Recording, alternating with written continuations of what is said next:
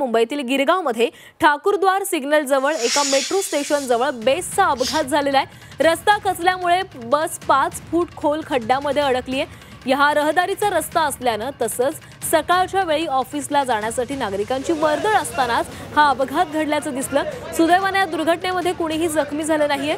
गिरगाव परिसरात मेट्रो 3चं काम सुरू आहे। गिरगाव मेट्रो स्थानकाचं या परिसरात काम सुरू आहे आणि त्या शेजारील रस्ता खचल्याने बेसची बस 5 फूट खोल खड्ड्यामध्ये अडकली।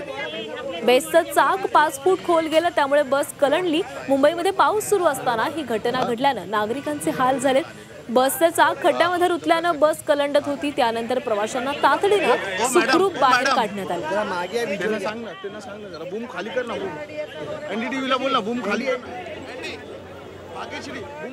तर मुंबईच्या माजी महापौर किशोरी पेडणेकर देखील या ठिकाणी पाहणीसाठी पोहोचलेले आहेत।